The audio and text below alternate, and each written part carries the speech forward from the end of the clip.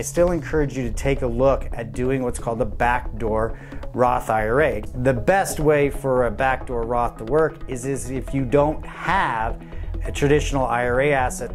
These pro rata rules do not apply if you have a 401k.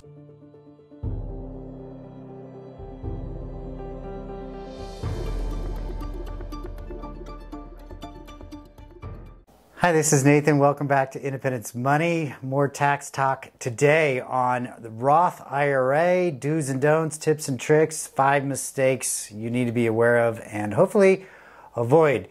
Now, the Roth IRA is one of my favorite parts of the tax code. I've had some viewers, which I appreciate very much when you comment, even if you disagree, that claim that, doing the Roth is the same as doing the IRA, meaning the IRA you're getting a deduction now, and then you pay taxes, you get a net sum of money in retirement, versus the Roth, you pay taxes now, and then the money's not taxed in retirement, and the net is the same. Although this is true in a mathematical vacuum, meaning you're taking the same amount out in retirement to match the lifestyle of which you're currently being taxed on with earned income. Assuming also the tax rates don't go up. And that involves legislative risk, which if you have been a subscriber to this channel, and I hope you are, please do if you're not. My viewpoint is the government is spending massive trillions of dollars that they're not having the revenue to back it up, and at some point in time, taxes are going up. Back to my previous statement. It's why I like the Roth IRA so much. So let's get into it. The first thing, I think the mistake that people make is not realizing they should do it even if they're maxing out their K plan.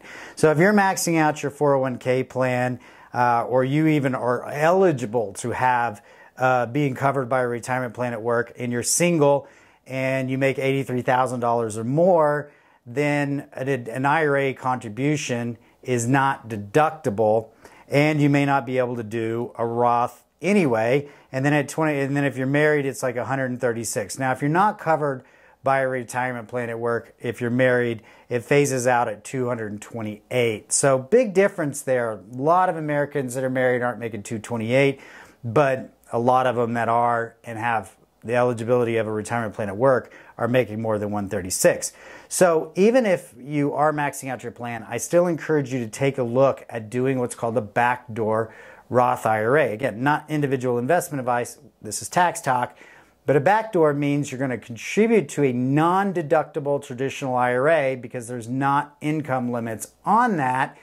And then you can convert that to a Roth IRA because there's not income limits on conversions, only contributions.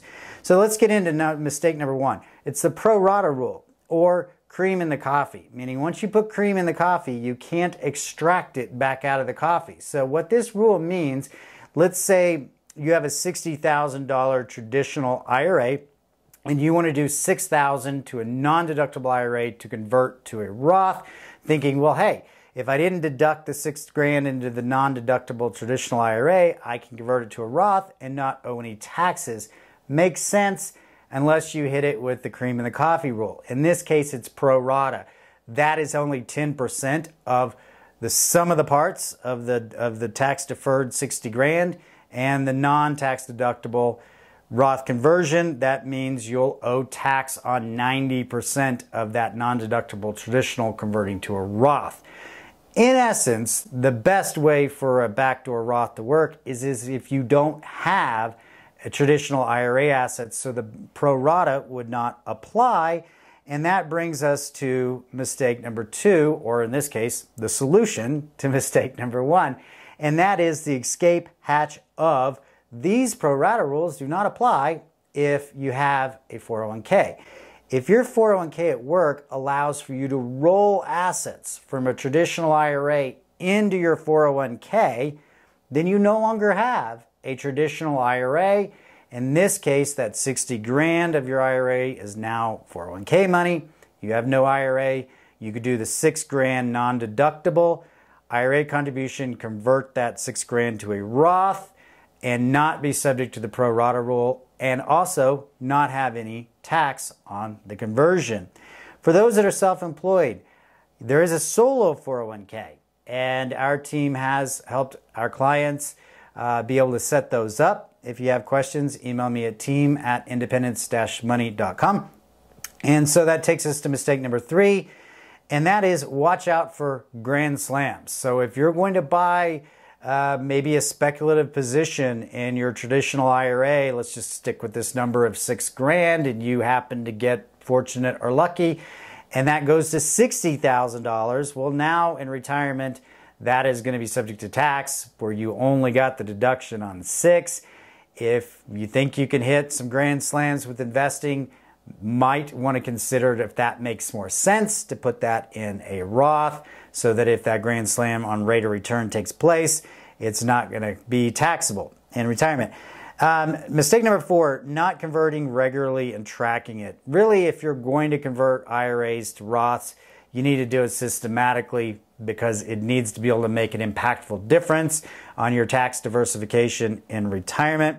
Keep in mind the 5-year rule is a little different on Roth conversions than contributions. On contributions, once the principal and the gains have been in there for 5 years, that's kind of the rule there.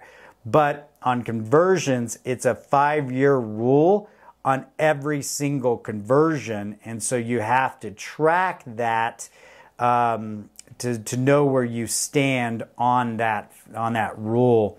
For having that 5-year exemption to taking your distributions or your contributions out.